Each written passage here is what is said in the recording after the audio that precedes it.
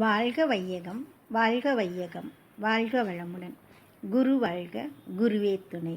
இன்றைக்கு நாம் சிந்திக்க எடுத்துக்கொண்டிருக்கும் தலைப்பு திட்டமிட்ட வாழ்க்கை என்பதாகும். திட்டமிட்ட வாழ்க்கைதான் இனிமை நல்கும். திட்டமிட்ட வாழ்க்கையே வெற்றிக்கு வழி. செயல்களை திட்டமிட்டபடி செயலாற்றினால் அந்த திட்டமிட்ட வாழ்க்கை இனிக்கும் என்பது மகரிஷி அவர்களின் கருத்து. செயல்பட வேண்டிய காலத்தையும் செயல்பட வேண்டிய இடத்தையும் திட்டமிட்டு கொண்டு செயல்படுபவர்கள் இவ்வுலகத்தையே பெற விரும்பிடினும் அது கைகூடும் என்கிறார் வள்ளுவர். ஞாலம் கருதினும் கைகூடும், காலம் கருதி இடத்தால் செய்யின் என்பது திருக்குறள். திட்டமிட்ட வாழ்க்கையை இனிக்கும் என்பதற்கு ஒரு சிறு கதையினை நாம் இப்பொழுது உதாரணமாக தெரிந்து கொள்ளலாம். ஒரு ஊரில் அங்கே ஒரு ராஜா 5 வருடம் மட்டுமே ஆட்சி செய்ய முடியும். 5 வருடம் முடிந்தவுடன் அவரை கொடிய மிருகங்கள் நிறைந்த காட்டிற்கு மக்கள் அனுப்பிவிடுவார்கள். அங்கே அந்த ராஜா மிருகங்களுக்கு இரையாக நேரிடும். இப்படி ஒரு விசித்திரமான வழக்கம் அந்த ஊரில் நிலவி வந்தது. ஆகவே யாரும் ராஜா ஆவதற்கு துணிவதில்லை. அப்படியே ராஜாவான யாருமே 1 வருடம் அல்லது 2 வருடத்தில் காட்டுக்கு போகணும் அப்படிங்கிற பயத்திலேயே உடம்பு சரியில்லாமல் இறந்துடுறாங்க. ஆனால் ஒரு ராஜா மட்டும் 5 வருஷம் ஆட்சி செஞ்சார். 5 வருடம் முடிவில் அனைவரும் அவரை காட்டுக்கு வழி அனுப்புகிறாங்க. மகாராஜா சந்தோஷமாக போகிறாரு. போகிற வழியில் ஒருத்தர் ராஜாவை பார்த்து, நீங்கள் மட்டும் எப்படி இப்படி சந்தோஷமாக காட்டுக்கு போகிறீங்க, உங்களுக்கு பயமாக இல்லையா அப்படின்னு கேட்குறாரு. அதற்கு ராஜா பதில் சொல்கிறாரு, எல்லாம் திட்டமிட்ட வாழ்க்கை தாங்க. நான் நம்ம வேதாத்திரி மகரிஷி அவர்கள் சொன்ன மாதிரி திட்டமிட்ட வாழ்க்கை வாழ்ந்தேன். நான் ஆட்சி செய்த முதல் வருடத்திலேயே நமது படைகளை அனுப்பி காட்டில் இருக்கிற கொடிய மிருகங்களை வேட்டையாடி கொன்று விட்டேன். 2வது வருஷம் அங்கே ஒரு அரண்மனை கட்டி ஒரு சாம்ராஜ்யத்தையே உருவாக்கிட்டேன். இப்போ நான் தான் அங்கே ராஜா. திட்டமிட்டு செயல்பட்டதால் என்னோட வாழ்க்கை அங்கே இனிக்கும் அப்படின்னு சொன்னார். என்னடா இந்த கதையில் நம்ம மகரிஷி எங்கே வந்தார், என்ன சொன்னாங்க அப்படின்னு யோசிக்கிறீங்களா?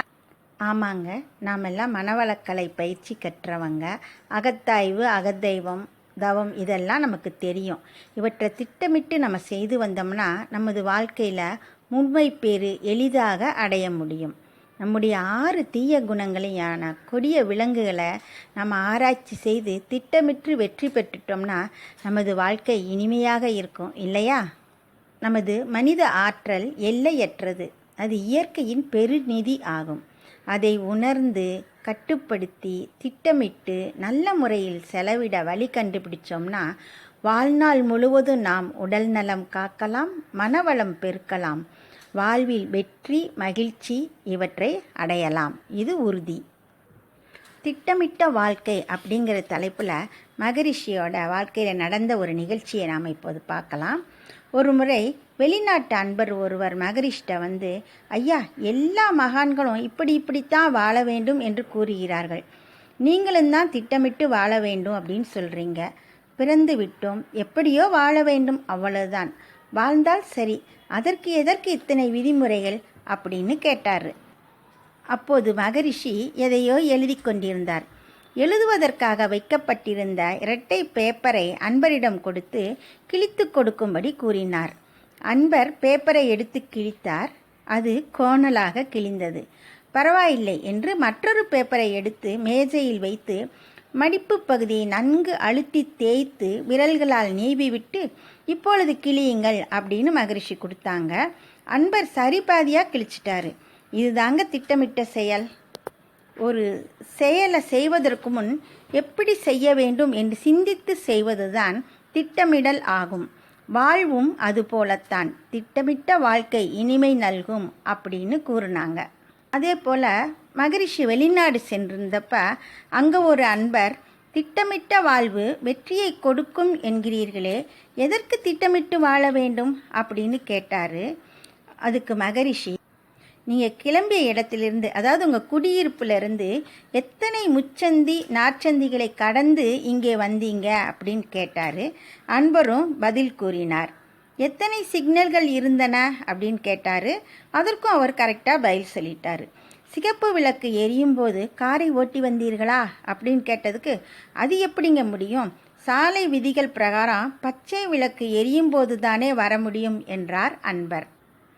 15 நிமிட கார் பயணத்தில் நீங்கள் நல்ல முறையில் பயணம் செய்து வர வேண்டும் என்பதற்காக அரசாங்க திட்டம்தான் சாலை விதிகள். அவற்றை மதிக்காமல் கார் ஓட்டி வந்தால் விபத்து ஏற்பட்டு துன்பம் அடைய வேண்டும். ஆனால் வாழ்க்கை என்பதோ நீண்ட நெடுந்தூர பயணம். இயற்கையின் விதிமுறைகளை மதித்து திட்டமிட்டு வாழ்ந்தால் மனிதன் இனிமையாக வாழ முடியும் அல்லவா அப்படின்னு மகரிஷி பதில் சொன்ன உடனே அந்த அன்பரை ஒத்துக்கொண்டு ரொம்ப சந்தோஷப்பட்டார்.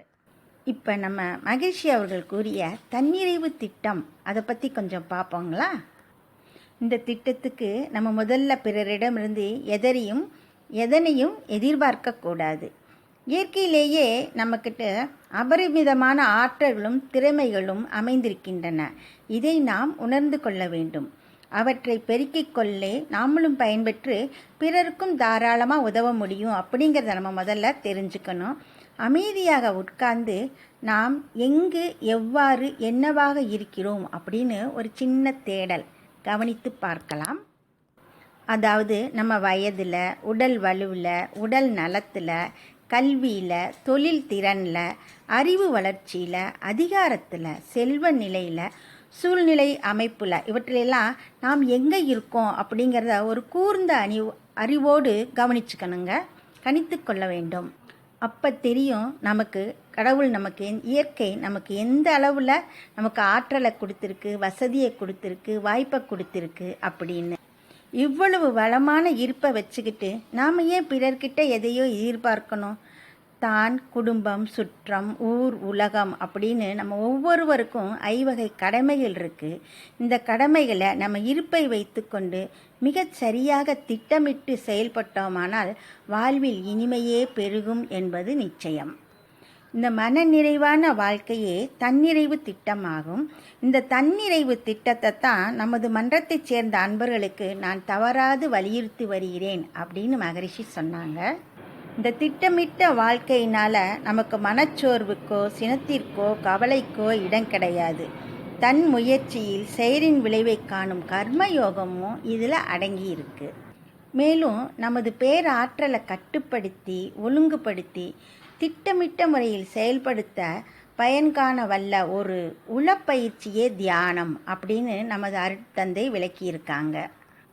திட்டமிட்டு மனநிறைவோடு செயல்பட்டால் நம்ம வாழ்க்கை அனைத்திலும் புத்துணர்வு நிகழும். எப்பொழுதும் வளம் நிறைந்த மனநிறைவு உண்டாகும். திட்டமிட்ட வாழ்க்கை இனிமை நல்கும். வாழ்க வளமுடன்.